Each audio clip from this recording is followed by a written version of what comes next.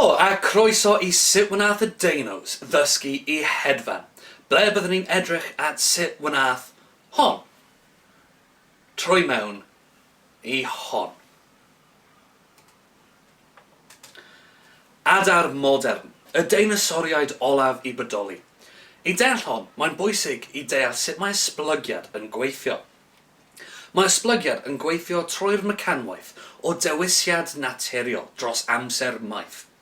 Y ffordd mae dewisiad naturiol yn gweithio yw oherwydd mae gen ni miloedd o newidiadau yn ein gynnannau ym mhob genhedlaeth.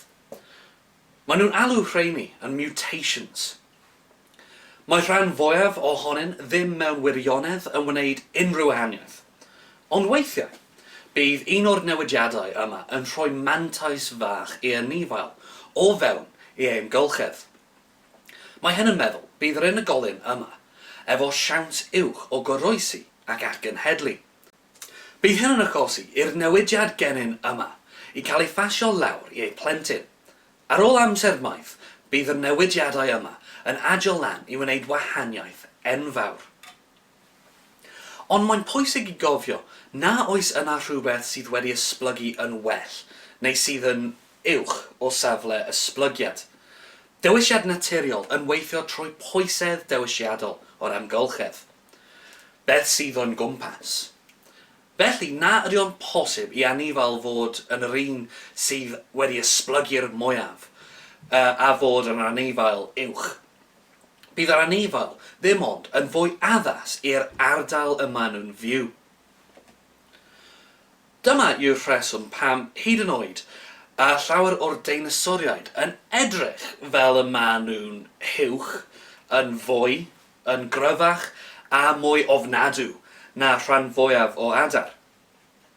Roedd ond yr adar a wnaeth goroesi mewn amgylchedd oedd wedi newid mewn ffordd eithaf dramatig. 65 miliwn flwyddyn yn ôl, wnaeth meteorite yr maint o'r mynydd Everest crasio I fewn I beth sydd nawr yn Mexico. Wnaeth hon taflu lan llwch i'r atmosffer ac newid yr amgylchfyd o'r holl ddaear. Na oedd planhigion yn derbyn golau yr haul, a felly wnaeth nhw dechrau marw bant. Mae hyn yn meddwl llai o fwyd i'r llyseiwyr. Ac roedd rhai ohonyn nhw yn enfawr. Ac roedden nhw'n angen llawer o fwyd. Felly na oedd yna modd I nhw goroesi. Llai o llyseiwyr yn meddwl llai o fwyd am y cigyswyr. Felly na oedd cigyswyr mawr yn gallu ffeindio bwyd. Ond roedd rhai anifeiliaid wedi ffeindio yr amseroedd yma yn mwy haws. Mameiliaid fach, tebyg I llygod, ein hynaffiaid ni. Digon fach ei bod na oedd angen llawer o fwyd. Hefyd, nawr roedd yna llai o cigyswyr mawr yn ceisio I bwyta nhw. Felly roedd nhw'n gallu arall gyfeirio. Yn tyfu'n fwy. Daeth yn ysgrifennu'r apex. Tyfu'n fwy glyfar. Ac hyd yn oed yn tyfu I fod yr anifeiliad mwyaf I erioed byw ar y ddaear. Hwn oedd y dechreuad o'r oed y mameiliaid. Y byd yma ni'n ddal I weld heddi. Ond beth digwyddodd i'r deinosoriaid fach? Y rhai oedd yn fwy addas am ymgolchfyd yn anodd efo llai o fwyd. Deinosoriaid fach, pliog. Rhai ohonynt yn dechrau defnyddio hediad syml. Yr unig gwahaniaeth rhwng nhw ac adar modern yw danedd ac esgyrn cymfforn. Priodweddau maen nhw wedi golli dros 65 miliwn flynyddoedd o esblygiad. Y goroeswyr. I deall y tebyggiad rhwng y grŵp yma o deinosoriaid ac adar modern, gawn ni dechrau gan cymharu ysgerbwd o un o'r theropodau fwyaf enwog, un oedd efo cefndyrau llai oedd wedi esblygu I fewn I adar, i'r sgerbwd o adar dwi'n siŵr mae rhan fwyaf o bobl yn adnabod. Ia. Os ydych yn edrych, fan yma, Byddwn yn gallu gweld beth sydd wedi cael ei alw yn sacrwm. Mae hwn yw'r ardal mewn adar sydd wedi ei cael ei wneud mas o esgyrn cefn sydd wedi ei clymu at ei gilydd mewn i un bloc solid. Mae'r sacrwm yn gryfhau'r pelfis. Os ydyn ni'n edrych tuag at yr T-Rex, byddwch chi'n gallu gweld y sacrwm yr un lle. Gan gymharu efo meintiau gorff, mae'r sacrwm T-Rex yn llai, ond yn sicr mae o yna. Ond wahaniaeth, wrth gwrs, rhwng T-Rex a ia yw'r gynffon. Mae'r esgyrn cynffon mewn ia wedi fynd yn fyrach ac clymu tuag at ei gilydd i mewn i'r nybyn yma, ryddynt yn alw yn pygostyle. Nawr gawn ni edrych tuag at yr ardal fwyaf diddorol o unrhyw anifail. Y pen. Sylwi sut mae'r esgyrn y gwddwg yn cysylltu'r pen ar y ddau ohonyn nhw. Mae'n cysylltu ar y cefn o'r pen. Nawr teimlwch ar dy hunan. Mae eich wrth chi yn cysylltu ar y gwaelod eich pen, nid ar y cefn fel efo deinosoriaid. Adar ac deinosoriaid hefyd yn diapsids. Mae ganddyn nhw ddau set o gapiau, neu ffenestra, os ydyn ni moyn defnyddio'r air posh, ar ei phennau, ble mae gen ni ddim ond yr un set. Mae ni yn synapsids. Ni fel mammaliaid wedi hollti o'r llinach ymlusgiaid amser hir cyn amser y deinosoriaid. Ein hynyddiaid ni oedd grŵp o ymlusgiaid maen ni'n alw yn pelycosaurs. Felly mae'n hynod o glir, mae adar yn llawer fwy agos i deinosoriaid na yw ni. Nawr gawn ni edrych tuag at yr goesau. Mae'r ddau anifail yma yn digitigrades. Mae hyn yn meddwl maen nhw'n cerdded o gwmpas arno ffeliau droed, efo'r sawdl yn yr awyr, ac ei bwysau arno'r bysedd y troed, neu'r digits y troed, felly digitigrade. Mae ni'n plantigrade. Mae'n holl droed ni gan gynnwys y sawdl wedi'i fflantio ar y llawr. Edrych ar y bys trod fach yma ar y T-Rex. Mae hon yn grafang diw. Rydych yn gallu weld hon arno'r ia hefyd, ond mae'n llawer fwy hir. Actio fel bys trod sydd yn pwyntio nôl. Mae hyn yn meddwl mae Mae'r yn y nisodactylau. Tair bys trod yn pwyntio ymlaen ac un yn pwyntio nôl. Hon yw'r strwythur traed, fwyaf cyffredin mewn adar, ac mae'n alluhau nhw i gafael anno gwrthrychau fel brig pan ydyn nhw'n glenio. Mae rhai fathoedd o adar sydd yn wario llawer o amser yn y coed, fel tylluan neu woodpeckers, wedi cymryd hon un step yn bellach, efo ddau bys trod yn pwyntio ymlaen ac ddau yn pwyntio nôl. Mae nhw yn zygodactylau. Mae hyn yn alluhau nhw i cael llawer o gryfder pan ydyn nhw'n gafael anno brigau neu fwyd.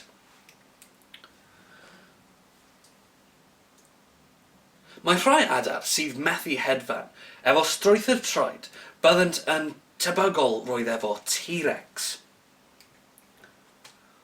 Hon yw trod emu, ac mae'r strwythur yma yn perffaith am aderyn mawr sydd methu hedfan ac yn wario ei amser yn rhedeg.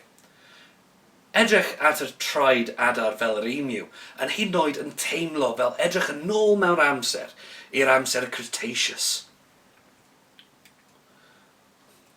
Ond gawn ni edrych tuag at yr belly of the beast. Byddent yn gweld mae gan T-Rex beth sydd yn edrych fel ail set o asennau yn pwyntio i'r gwrthwyneb. Mae'r enw rheini yw gastralia. Mae'n ni'n ffeindio rheini mewn llawer o ymlusgiaid gan gynnwys crocodiliaid. Yr bwrpas rheini yw amddiffyn yr organau pwysig tu fewn i'r bol ac i rhoi fach mwy o gryfder i'r cyhyrau'r abdomen. Os ydyn ni'n edrych tuag at yr ia, byddwn yn gweld mae yna esgyrn sydd yn edrych tipyn bach fel ail set o asennau, yn rhedeg o'r stwrnwm i'r set o asennau gyntaf. Mae yna tystiolaeth sydd yn pwyntio tuag at yr asennau styrnwm yma, fel beth digwyddodd i'r gastralia yma ni'n gweld mewn rhai theropods. Ond gan sôn am y styrnwm, Hon yw'r addasiad sydd yn efallai efo'r mwyaf o pwysigrwydd i allahau adar i hedfan. Y sternum yw'r asgwrn sydd yn cysylltu'r flaen o'r ddau ochr y cas y senau.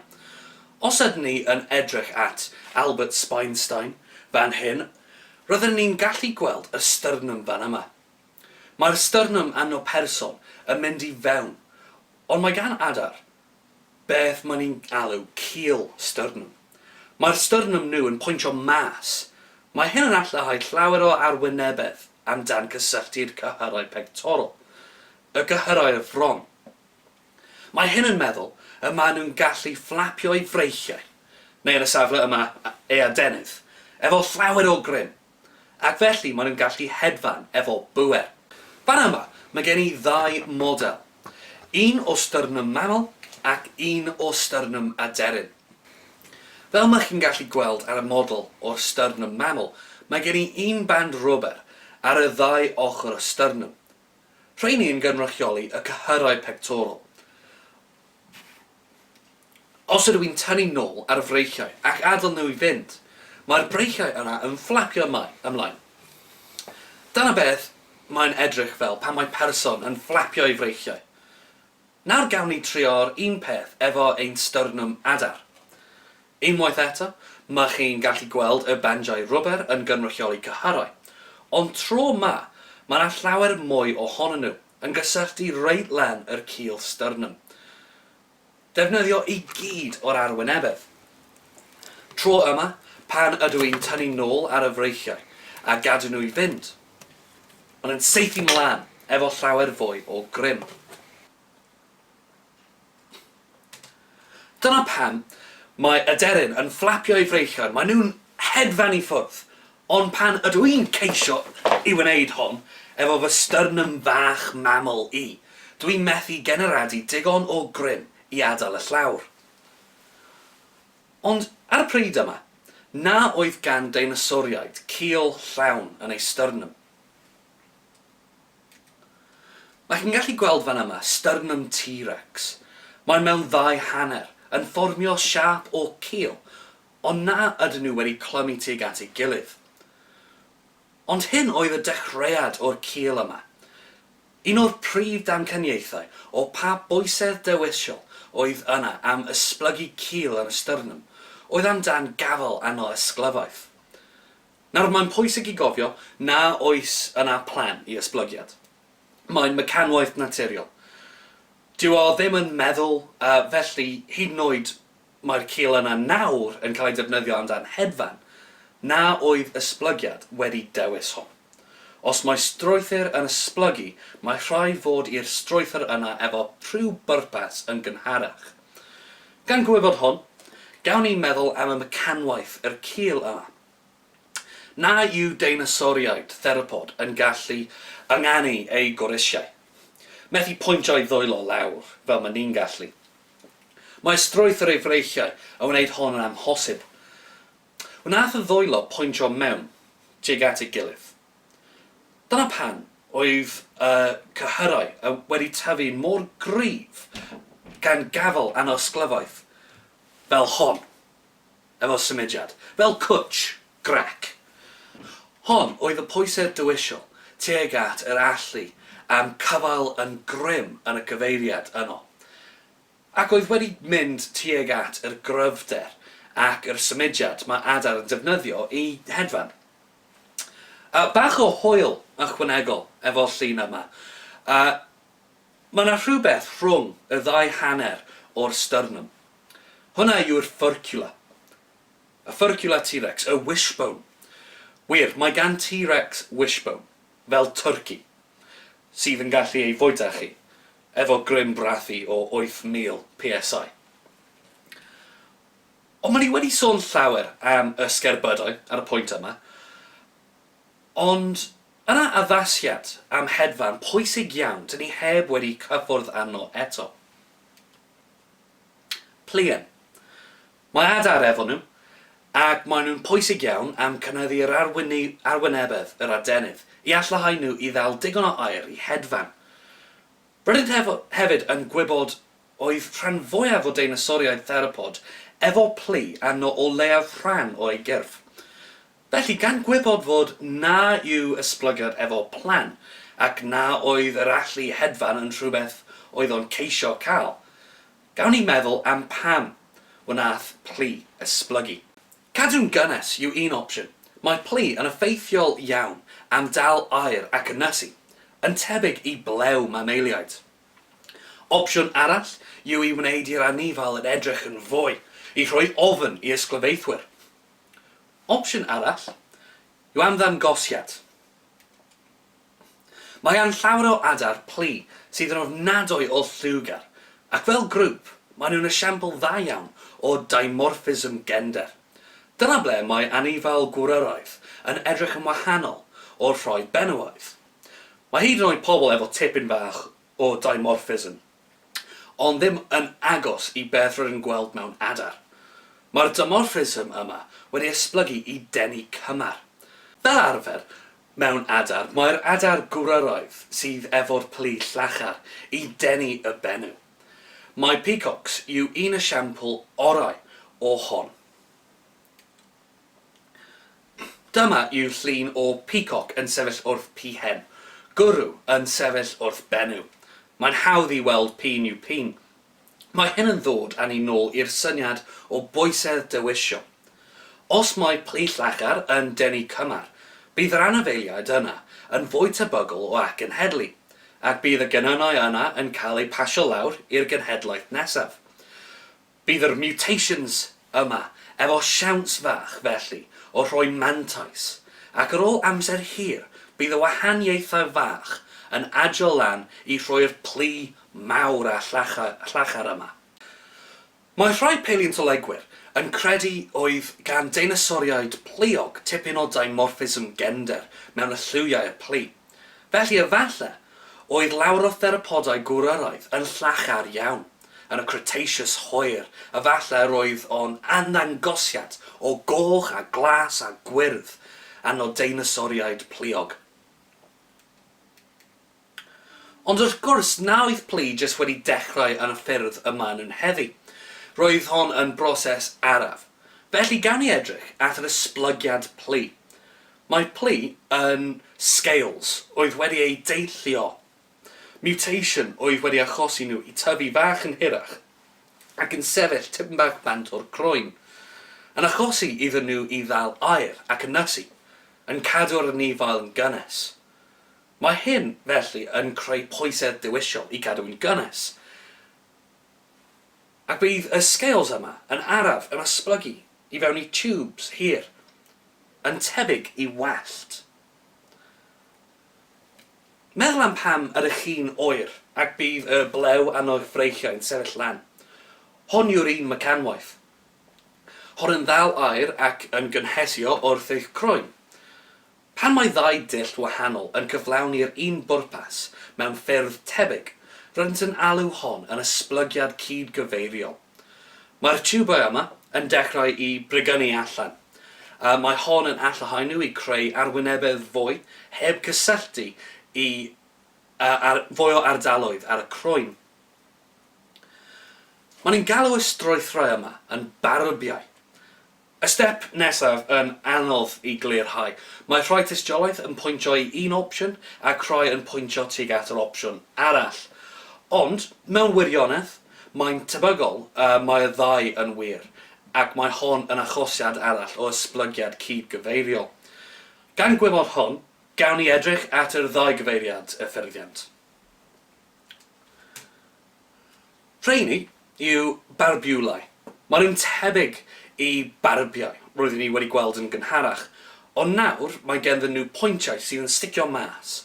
Mae rheini yn cynyddu'r arwynebedd yn bellach, ond yn hwyrach bydden nhw'n fach yn fwy bwysig, felly bydden ni'n ddod nôl iddyn nhw. Yr gam yma yw'r rachis.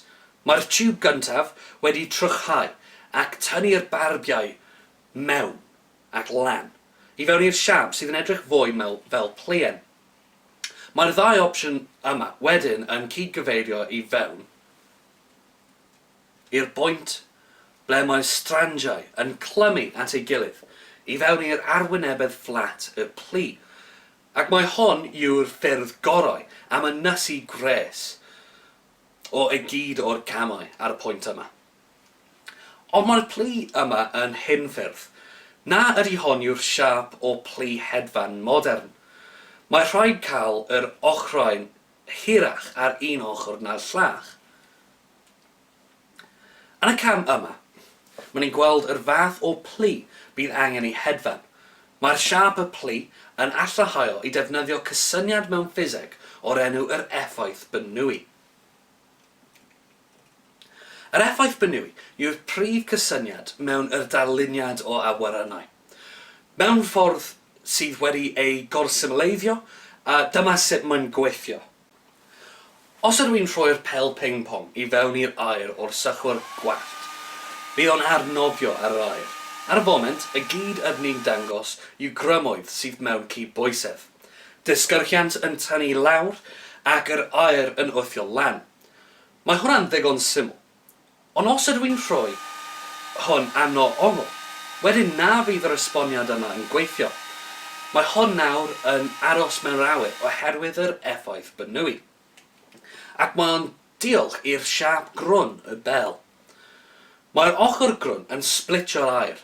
Mae'r aer gyflymach yn teithio dros y top, oherwydd mae'r aer yn mor gyflym, dyw o ddim yn achosi llawer o gwrthiant. Mae hyn yn ardal o pwysedd isel. Mae'r aer rafach yn teithio o dan y pel.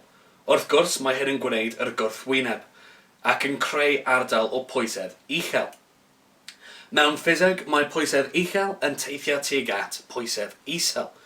Felly, mae hon yn achosi codiant, sydd yn allahau yr pel i aros yn yr awyr. Mae'r siap y denydd awyren ac hefyd yr adenydd adar efo plu anghymesur yn gwneud yr un peth. Ond sut wnaeth nhw fynd o plu llwgar gynnes i alle i hedfan? Mae yna ddau damcaniaeth cystadleuol am hon.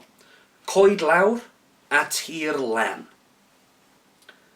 Gan i dechrau gan edrych at coed lawr. Mae'r syniad yn mynd fod deinosoriaid oedd yn byw mewn coed yn neidio o brigyn i brigyn a coeden i goeden. Os oedd gen nhw'r fath o blu oedd yn allahau nhw i gleidio, bydden nhw'n neidio i goed oedd yn bellach i ffwrdd. Roedd yn gweld yr ymddygiad yma mewn anifeiliad modern, fel wywer hedfan ac sugar gliders. Esiampl arall o'r esblygiad cydgyfeirio. Ond efo deinosoriaid, roedd ganddyn nhw secret weapon, y sternum keel. Os oedden nhw'n gleidio, efallai bydden nhw'n rhoi fach o flap i ei freichiau, ac teithio fach yn bellach. Wel, nawr, mae ni efo pwysedd dewisiol. Rheini oedd efo'r plu gorau am hedfan, ac y gyhyrau pectoral gryfell yn cysylltu i'r sternumau fwyaf yn gallu teithio'n bellach. Ac ar ôl amser maith, mae hyn yn gallu adio lan tuag at hedfan sydd wedi ei bweru. Ond, mae ni ddal angen edrych at yr opsiwn o tir lan. Y syniad am hon yw fod rhedeg inclain gyda chymorth adain oedd yr mecanwaith o deinosoriaid i dechrau hedfan. Hon yw'r syniad fod bydd yna mantais i theropodau oedd yn byw ar y tir pan oedd nhw'n rhedeg lan bryn, os oedden nhw'n flapio'u freichiau pliog. Bydd hon yn mantais dros tir i allu rhedeg i ffwrdd o ysglyfaethwyr ac i ddal ysglyfaeth. Ar ôl amser hir o pwysedd dewisiol, bydd hyn yn creu sefyllfa ble mae'r allu fynd lan brynoedd gan flapio yn mor deill ei fod yn gallu gadael y tir a hedfan. Mae paleontolegwyr yn ddal yn arwahan ar y mater hon. Mae yna analogau modern am y ddau ymddygiad. Wywer hedfan am coed lawr ac ieir yn defnyddio rhedeg inclain gyda cymorth adain. Felly, mae hon yn gadael ni efo tair opsiwn. Coed lawr, tir lan, neu, efallai mae hyn yn esblygiad cydgyfeiriol, ac mae'r ddau yn wir. Beth ydych chi'n meddwl? Mewn naill sefyllfa, wnaeth nhw fynd i'r awyr a hedfan. Wnaeth nhw goroesi ac ymwahanu, fel y cyn hanesyddol casawyri, sydd yn edrych fel deinosor modern ac yn ni fel peryglus iawn. Neu fel adar hedfan, fel y barcud coch. Mae'r deinosor yma yw'r adar genedlaethol Cymru, ond mae'r creadur prydferth yma mewn perygl. Hon yw'r sefyllfa am lawer o adar, ein deinosoriaid olaf. Cymaint bod ni'n ddweud wnaeth y deinosoriaid fynd yn diflanedig, na oedden nhw. Maen nhw'n gwmpas ni. Rhan fwyaf ohonych chi yn gweld o leiaf un deinosor pob dydd. Ac mae llawer ohonyn nhw mewn perygl o diflannu yn gyfan gwbl. Mae yna llawer o prosiectau sydd yn ceisio i stopio hwn rhag digwydd. Felly, byddwn ni'n mynd i gorffen gan ddweud, please, helpu ni i arbed y deinosoriaid olaf. Diolch yn fawr iawn, mae hynna yn ddod ni i'r diwedd. Please rhannu, hoffi a subscribio a gwyliwch y cwpl o fideos nesaf sydd mynd i ddod o ein pennaf yr adran astronomeg, Rosie Kane. Ond am hynny ddo, diolch yn fawr iawn unwaith eto am gwylio a cario ymlaen i ddysgu. Hwyl!